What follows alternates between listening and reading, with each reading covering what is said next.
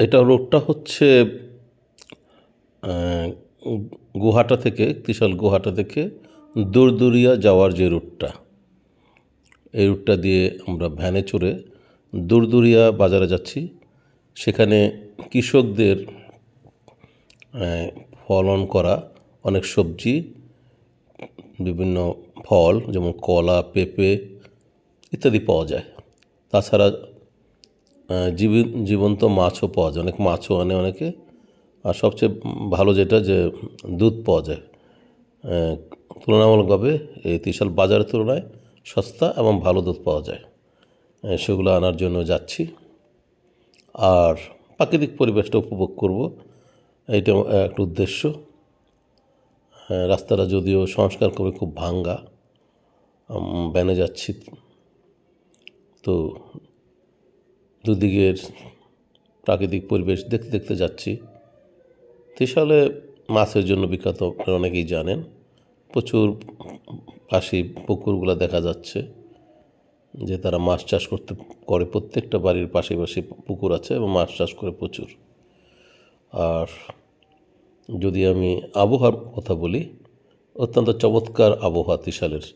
আমি বাংলাদেশের বিভিন্ন জায়গায় চাকরি সূত্রে থেকেছি, ভ্রমণও করছি, কিন্তু ত্রিশালের আবহাওয়াটা খুব ভালো কয়েকদিকে।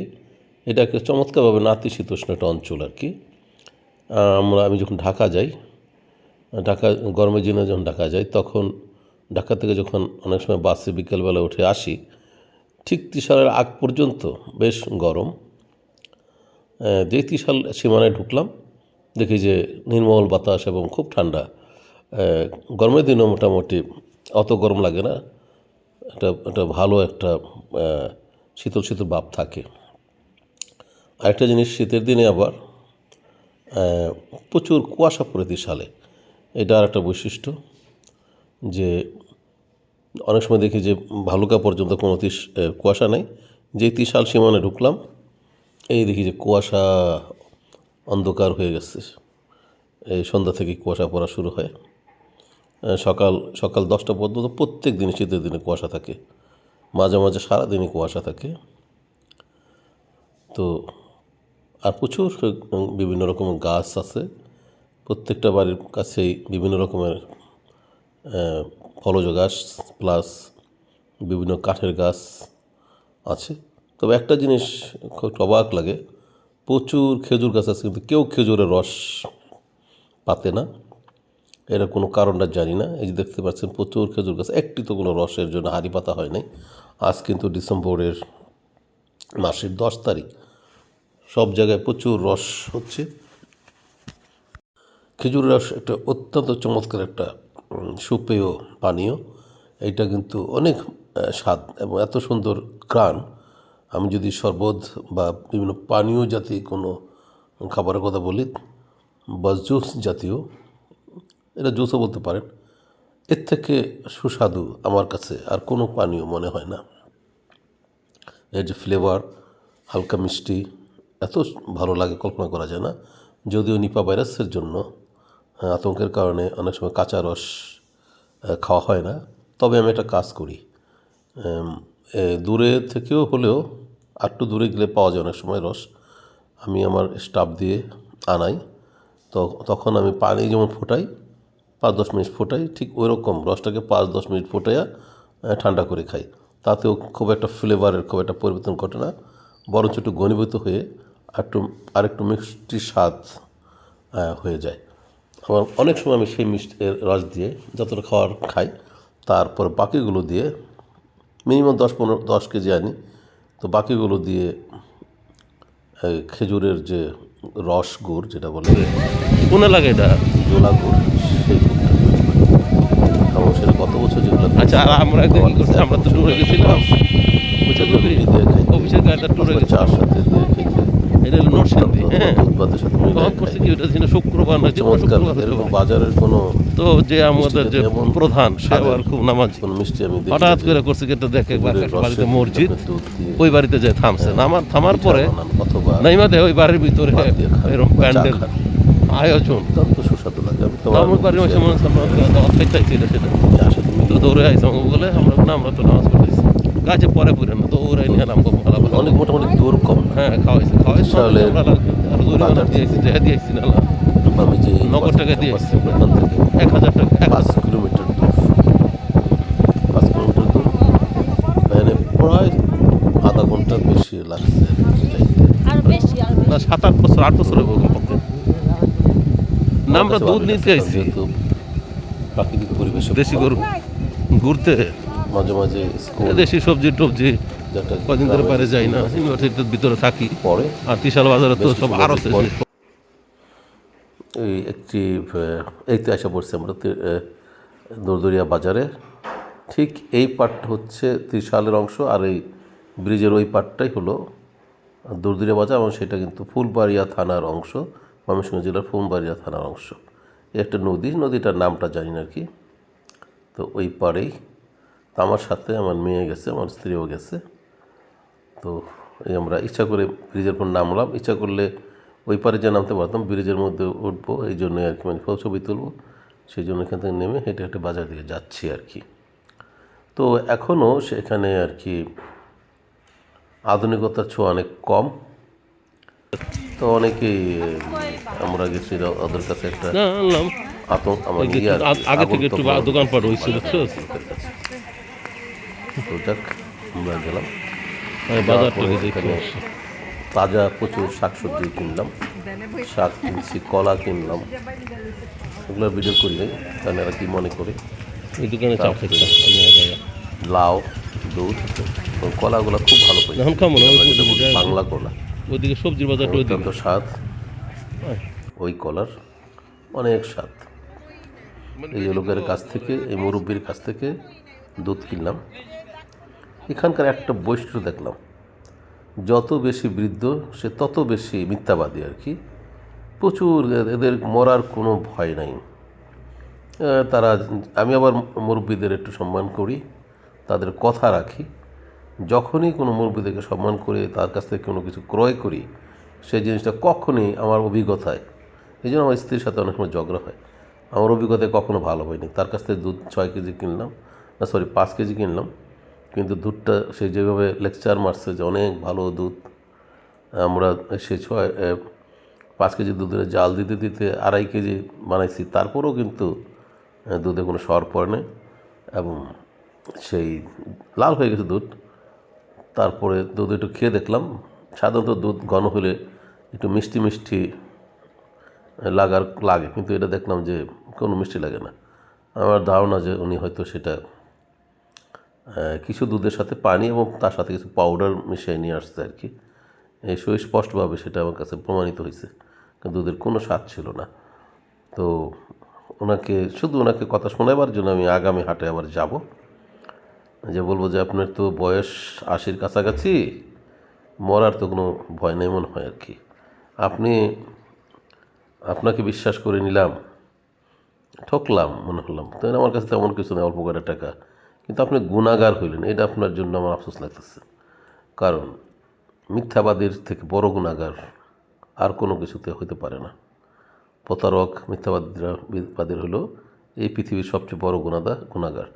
যে কোনো ধর্মীয় বিচারেই, ধর্মীয় অনুশাসনের যে গ্রন্থগুলো আছে সেখানে যদি আমরা পড়ি, সব জায়গায় কিন্তু মিথ্যাকে এবং প্রতারণাকে ঘৃণিত কাজ বলে বলা আছে, এবং সেটার জন্য পাপও খুব প্রচুর পরিমাণে বলা আছে প্রত্যেকটা ধর্মগ্রন্থে। মিথ্যা, কারণ মিথ্যা যে বলে তার কোনো মানে সৃষ্টিকর্তার প্রতি কোনো বিশ্বাস আছে বলে আমার মনে হয়। সে কিন্তু যদি নামাজও পড়ে, সেটা একটা হ্যাবিচুয়াল ফ্যাক্ট হিসেবে নামাজ পড়ে, সবাই পড়ে, সেও পড়ে, এরকম। হয়তো তার মিনিংও তারা বোঝে না। বাংলাদেশে অনেকে নামাজ পড়ে, কিন্তু তাদের নামাজের যেই কারণে সৃষ্টিকর্তা নামাজের কথা বলছে, আনুষঙ্গিক ব্যাপারগুলো ঠিক রাখার জন্য, যাতে মানুষ সত্যবাদী হয়, যাতে মানুষের ক্ষতি না করে, কোনো পাপ কাজ না করে, এই জন্য কিন্তু নামাজ পড়তে বলে। কিন্তু বাংলাদেশের মানুষ যেটা করে, নামাজও পড়ে আর ওগুলো সব করে, তার মানে এটা এক ধরনের সৃষ্টিকর্তার সাথে অদাবঙ্গের সামিল আর কি। নামাজের যে কথাগুলা সেখানে কিন্তু বলা আছে যে আমি এটা করব না, সেটা করব না, আমাকে ক্ষমা করো, আমি মিথ্যা বলবো না, আমি কোনো অন্যায় করব না। নামাজের বিভিন্ন এই অর্থগুলো, সূরার অর্থগুলো কিন্তু সেই কাজগুলো আবার করতেছে, তার মানে সৃষ্টিকর্তার সাথে একটা প্রতারণা ছাড়া আর কিছুই না। তো এদের বিচার খুব কঠিন বিচার হবে, কারণ আমি অনেক সময় ধর্মীয় আমার যে শেখ বন্ধুরা বেশি ধর্ম পালন করে তাদের সাথে কিন্তু অনেক সময় তাবলিগেও গেছি আমি। তাবলিগের বিভিন্ন বয়ান এগুলো আমি শুনছি যে যতই নামাজ পড়ুক তা যদি আখলাক বা চরিত্র এটা ঠিক না করে, সে যদি সত্যবাদী না হয়, না না এটা বানা হয় না তার নামাজ বা তার কোনো আমলই কাজে লাগবে না। প্রথমেই কিন্তু আগে তাকে সৃষ্টিকর্তার যে চিনতে হবে কী টাইপের সৃষ্টিকর্তা কী চায় মানুষের কাছ থেকে, ওইটাকে বুঝতে হবে। কেন সৃষ্টিকর্তা মানুষকে তৈরি করলো, সে কী চায়, এই পৃথিবীতে কী ধরনের আচরণ করে চলতে হবে, সেটা যদি কেউ না বুঝে শুধু নামাজ পড়ে মানুষ যদি বেইমানি এবং সেটা পালন না করে শুধু মনে করে নামাজ পড়ে পেস্তে চলে যাবে, এটা কখনই হতেই পারে না, ইম্পসিবল।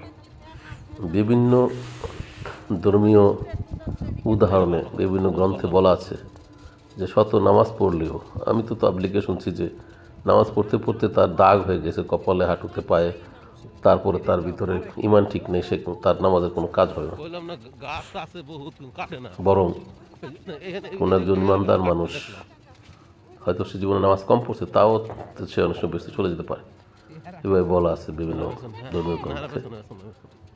যাক, সেই কথা। এখন এক রুট দিয়ে গেছি, আরও রুট দিয়ে আবার ফিরতেছি, কিন্তু কেন ওই রুটটা একটু ভাঙা ছিল, এই রুট দিয়ে ফিরতেছি। পাশাপাশি উদ্দেশ্য যে না এদিকে এলাকাটার সিনারিও দেখব। এটা অন্য একটা ব্রিজ, সম্ভবত এটা সুতিয়াখালী নদী নাকি কী নদী যেন, ওই নদীর উপরে ব্রিজটা। তো এটা আমরা এখন যাব হলো আমলিতলা দিয়ে, একটা জায়গা আছে আমলিতলা, আর যাওয়ার সময় আমরা সলিমপুর দিয়ে গেছি আর কি, দূরদুরিয়া। কারণ আমলিতলা দিয়ে তারপরে আমরা ইউনিভার্সিটি ক্যাম্পাসে যাব। তো এই অঞ্চলে কিন্তু একটা জিনিসের জন্য খুব ভালো, সেটা কিন্তু বেগুন। এত সুন্দর চমৎকার বেগুন থাকে, যেটাকে বলা হয় সলিমপুরের বেগুন, অত্যন্ত সুস্বাদু, অত্যন্ত সফট। একটু কেউ যদি ভেজে খায়, অল্প তাপে বেগুনটা হয়ে যায় এবং খুবই সুস্বাদু। এই সলিমপুরের বেগুন কিন্তু সবসময় বাজারের মধ্যে সবচেয়ে দাম এবং ডাবল থাকে। অন্যগুলোর দাম যদি থাকে 40 টাকা কেজি, তখন এটার দাম থাকবে 80 টাকা কেজি। এটা কখনোই বেগুন যতই সস্তা হোক না কেন, এটা কোনোদিন 50-60 টাকার নিচে নামে না, এবং একটু মোটামুটি বড় সাইজেরই, আর কালারটা হলো সাদা এবং সবুজ মিলানো, খুবই চমৎকার একটা বেগুন। তা আজকে অন্য তরকারি কিনছি, এই জন্য বেগুনটা কিনি নাই। আর আমার ধারণা যে যদি কোনো কৃষকের দেখতাম তাহলে আমরা কিনতাম আর কি। আর যে ভ্যানাল আমাদেরকে ভ্যান নিয়ে আসতেছে, সে কিন্তু বলতেছে তার নিজেরই খ্যাত আছে, তো ওই রাস্তাতে গেলে তার বাসার কাজ দিয়ে যেতাম, তখন সে বলতেছে যে আমার খেতে থেকে নিতে পারতাম। তাই আমি বলছি ঠিক আছে, আপনার খেতে থাকলে আমরা কিনে নেব না, কিন্তু আমাদের বাসার কাছ দিয়ে গেলে আমি এমনি দিতাম। না, আপনি যেহেতু রোপণ করছেন, আপনি বিক্রি করেন, আপনার কাছে আমি নিতাম না, আপনি বাজারে যে দামে দেন পাইকারদের, ওই দামে দিলেই হবে। তারপর আমাদের বাড়ি পর্যন্ত তাকে আমরা নিয়েছিলাম, একের ঘরের সামনে নামছি, দেখাই দিচ্ছি। আমি বলছি আপনার খেতে যেই কোনো জিনিস যখন বাজারে বিক্রি করতে নেন, আমার বাসায় দিয়ে যাবেন, আমি আপনাকে ন্যায্য দাম দিয়ে দিব। তো উনি বলছে ঠিক আছে, সে তার ক্ষেতের জিনিস দেবে। আর খেতে থেকে কোনো জিনিস সরাসরি খাইলে আমি দেখছি অত্যন্ত স্বাদ লাগে, সেটা শাক হোক, তারপরে তরকারি হোক। কারণ হলো যখন সেটা বিভিন্ন 2-3 দিন আগে তোলা হয়, বিভিন্ন আড়ত থেকে আসে, পানি দিয়ে ভিজা টিজা রাখে, ওই জিনিসের স্বাদ চলে যায়। কিন্তু যখন কোনো কৃষকের কাছ থেকে আমরা কিছু কিনে খাই, বিশেষ করে শাকটা পানি ছাড়া যখন আমরা কিনে নিয়ে আসি, অত্যন্ত স্বাদ হয়। আর লাউ, তারপরে বেগুন, এখন তাজা খাইলে অত্যন্ত স্বাদ লাগে। আজকে তো লাউ কিনছি আমরা একটা, তারপর লাল শাক কিনছি, তো মূলা কিনছি, এগুলো সব কৃষকের কাছ থেকে কিনে আনছি। কিন্তু সব কিছুই ভালো ছিল, কিন্তু দুধটা ভালো ছিল না। এই দুধটা নিয়েই হচ্ছে সবচেয়ে বড়, সারা বাংলাদেশে ইয়ে হয় আর কি, দুর্নীতি আর কি বলা যায়, কেলেঙ্কারি হয়। কারণ দুধে পানি মেশাইলেও সহজে বোঝা যায় না, দুধ কৃত্রিম হয়তো তৈরি করলেও বোঝা যায় না, সহজেই দুধের কালার টানা যায়। এবং এটা যেখানে দুধের স্বর্গরাজ্য সিরাজগঞ্জ, সেখানেও অনেক নকল দুধ তৈরি করে অনেকে। আর এখানে সেইভাবে নকল দুধ হয়তো করে না, কিন্তু এখানকার দুধের মধ্যে যে জিনিসটা করে তারা পানি মেশায় প্রচুর পরিমাণে, আমার ধারণা আর কি, যার জন্য দুধটা অনেক জাল দিলেও খুব একটা মানে হয় না, ঘন হয় না এবং পাতলা থাকে আর সর পড়ে না। আর আজকে আমরা যে দুধটা আনছি সেটার সাথে আমার মনে হচ্ছে তারা কিছু পাউডার দুধ মিশাইছে পানির সাথে, কারণ এত মানে কোনো দুধটাতে কোনো স্বাদই ছিল না এবং দুধটা কোনো ঘনই হয় না। আমরা জাল দিয়ে অর্ধেক করার পরে দেখলাম যে লালচে হয়ে গেছে, কিন্তু কোনো স্বাদ নেই, কোনো তৈলাক্ত কোনো ভাব নেই, কারণ দুধের মধ্যে প্রচুর ফ্যাট থাকার কথা। এই দুধের মধ্যে কোনো ফ্যাট নাই, অথবা দুধ থেকে ফ্যাট তুলে নিচ্ছে, এইটাও হতে পারে যে কোনো ফ্যাট হয়নি। এত দুধগুলো আমরা শেষ পর্যন্ত দই বানাইতে দিয়ে দিছি আর কি। 1 গ্লাস করে খাইছি 5 কেজি দুধ থেকে, আমি, আমার মেয়ে, আর বাকিগুলো যত যা যা আছে সব দই বানাইতে দিলাম। কারণ পাউডার দুধ মিশাইলে দই হয়, এটা ঠিক আছে, দই হইতে কোনো সমস্যা নেই। আর দই যদি না হয় তাহলে বোঝা যাবে এটা তো কোনো দুধই না। দেখি সেটা বোঝা যাবে কালকে সকালে।